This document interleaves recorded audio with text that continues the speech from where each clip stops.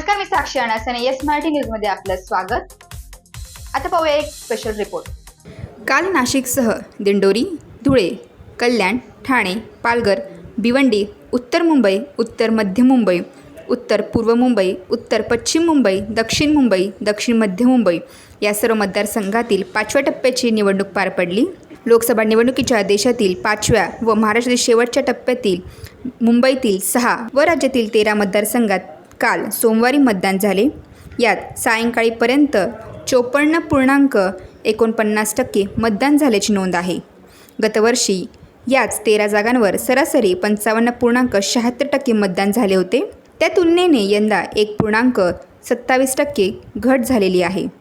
उत्तर मुंबईमध्ये 55.21% मतदान झाले, तर उत्तर मध्य मुंबईत 51.42%, उत्तर पूर्व मुंबईमध्ये 53.75%, उत्तर पश्चिम मुंबईत 53.67%, दक्षिण मुंबईत 47.70%, दक्षिण मध्य मुंबईत 51.88%, तर कल्याणमध्ये 47.80%, ठाण्यात 49.81%, पालघरमध्ये 61.18%, तर भिवंडीत 56.41% मतदान झाल्याची नोंद आहे. तसेच बहुचर्चित नाशिक मतदारसंघात 61, तर दिंडोरीत 62.66% मतदान झाल्याचे नोंदविले गेलेले आहे.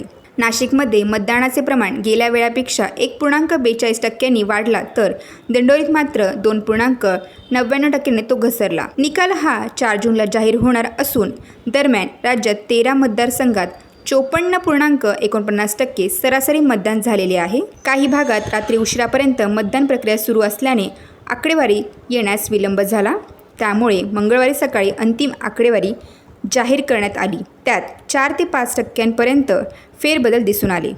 नाशिकमध्ये शिवसेनेचे हेमंत गोडसे व उद्धव बाळासाहेब ठाकरे गटाचे राजाभाऊ वाजे यांच्यात चुरशीची लढत झाली.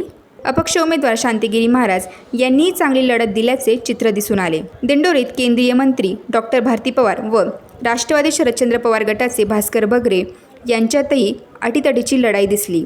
नाशिक मतदारसंघाचा विचार केला तर नाशिककरांनी 40.5 तापमानाची पर्वा न करता लोकसभेसाठी तब्बल 61% मतदान केले.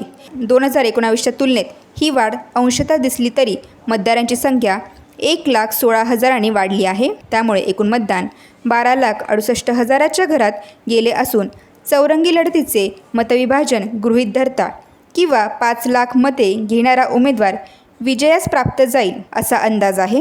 यंदाची राजकीय समीकरणे पूर्णपणे बदलली असून चौरंगी लढत वीट स्विंग सर्वात महत्त्वाचा ठरणार आहे. तसेच नाशिकच्या सिन्नरमध्ये 8.76%, तर नाशिक पूर्व भागात 4.88%, नाशिकात 5.22%, नाशिक मध्य भागात 6.94%, तर देवळाली भागात 4.0% म्हणजेच 4%, तर इगतपुरीमध्ये 5.47% इतके मतदान झाल्याचे नोंदवले गेलेले आहे. वरील सर्व आकडेवारीमध्ये तसेच निवडणूक आयोगाने अधिकृत मतदानाची आकडेवारी जाहीर केलेली नसून संध्याकाळपर्यंत ती जाहीर करण्यात येणार आहे.